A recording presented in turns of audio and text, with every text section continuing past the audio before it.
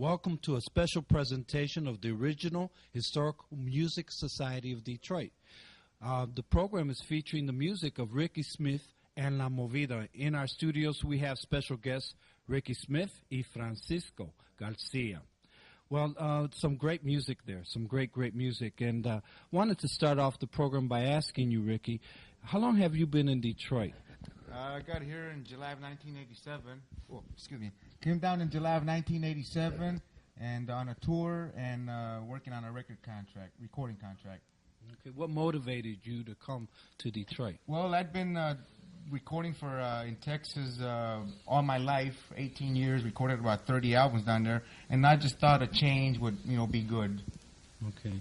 Now, as soon as you came into Detroit, I know you made a special impression on the Latino community here and started getting involved in the community. I know you were prime mover and shaker behind the Tri-State Latin Music Awards. Could you tell us a little bit about that? Well, after in 90, actually it was after a couple years vacation. 88, 89 was vacation time, no music, just family time. So anyway, after that project, 90 is my 10th anniversary. I was supposed to be going back down to Texas. But I made friends with all the local musicians. So when I started recording my album, I started recording theirs. So we started a record label. And then, of course, we needed radio. Then we needed the awards for recognition. So it all went hand in hand. And, we had to put it all together. You mentioned that you recorded quite a few musicians. Could you tell us some of the musicians? Well, most of the Latino bands in Detroit, Grupo Azteca, Grupo Venganza, Los Peregrinos, all the local Latino bands in the neighborhood, most of them. Well, I know it was a very interesting period, too, because there had been a drought in terms of recording. So I understand that your influence here is much more than the band we just saw in terms of Ricky Smith and La Movida. And do you have any ideas about the current state of affairs for Latin music in the Detroit and Michigan area? Well, I'll tell you what, Ozzie, I see it very, very, for the Latino scene, man, I got to say, I see it very slow, man. I think it's going to take like 10 to 15 years, man, for there to be any actual progress in the Midwest Latin music scene. We have no full-time bands.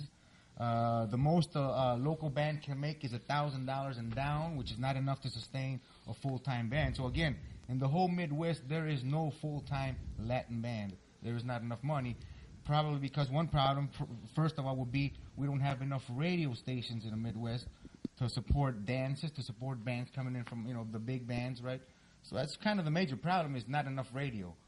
And, as far as, again, for there to be any major progress, I've kind of know most of the players, and everybody, doing a great job, of course, but overall, everybody's doing their own little solo thing, not enough networking, that's what it's going to take, really, to progress is networking, not everybody doing their own little solo project, and so hopefully things will get better, but I think it's going to take quite a while, man, for there to be, for Detroit to have a 24-hour radio station. And to be able to sustain that, sustain the big stars. Well, I'm assuming because I noticed there's varied musical influences in your music. For example, I noticed some South African rhythms, of course, some rock guitar and what have you, that you probably, by that assumption, are trying to reach out to other audiences. Could you speak about the varied musical influences? Well, actually, when I went in the studio with this last project, what you just heard now, no, I wasn't interested in reaching other audiences. I was more interested in jamming with my local Detroit brothers. Is what mainly was my thing for this album. Not sales, not, mainly jamming with all these guys from Detroit. Talking about the guys from Detroit, we have also Francisco Garcia. How did you meet Francisco? And then maybe after talking about your meeting with Francisco, the other guys. Okay, well, I met Francisco through my compadre David Barrios, who's also one of the best musicians in Detroit, Latin musicians. David Barrios. I met Frank through him, and then we met Diego. And I found it very interesting that, because I played Tejano, 30 hours worth of Tejano music.